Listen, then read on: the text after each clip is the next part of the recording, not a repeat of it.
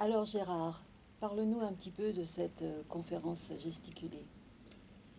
Ben oui, c'est pas mal de gens s'interrogent sur ce terme, conférence gesticulée, mais en fait, on l'a reprise à des artistes comme Franck Lepage, hein, qui a popularisé un peu le genre, pour faire passer, disons, des connaissances critiques, un savoir sous des formes ludiques, plus intéressantes, je dirais, que la simple conférence classique. Donc, on a voulu inaugurer ce genre aussi dans notre association d'AJA qui, depuis 10 ans, réunit des artistes, des chercheurs en sciences sociales et des militants autour de projets de spectacles vivants dans une finalité quand même de connaissance.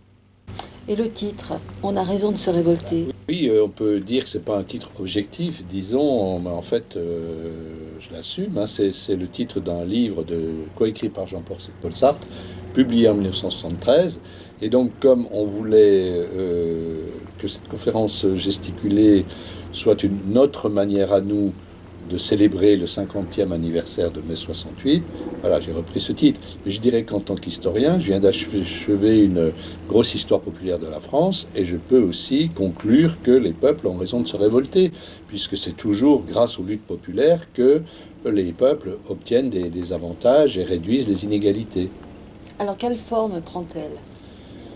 Je vois que la forme, t'es mieux placé que moi pour en parler, puisque c'est toi qui as fait la mise en scène et qui a organisé cette intervention. Bah écoute, oui, en fait, bon, moi ce que j'ai voulu, c'est qu'il y ait des interactions avec le public, que ça soit à la fois une conférence, parce que c'est clair que tu annonces beaucoup de connaissances, mais aussi que ça soit ludique. Et on apporte également pas mal de documents audiovisuels qui complètent et étayent les propos que tu tiens pendant toute cette conférence.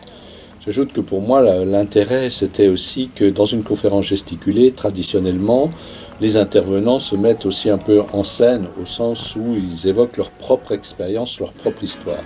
Donc c'était une occasion pour moi aussi de raconter publiquement, disons, comment j'ai vécu mai 68 et le rôle que mai 68 a joué dans ma vocation ultérieure d'historien.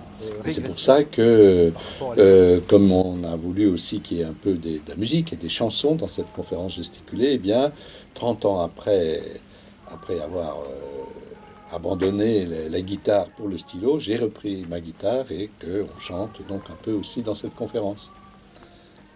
À vous de voir.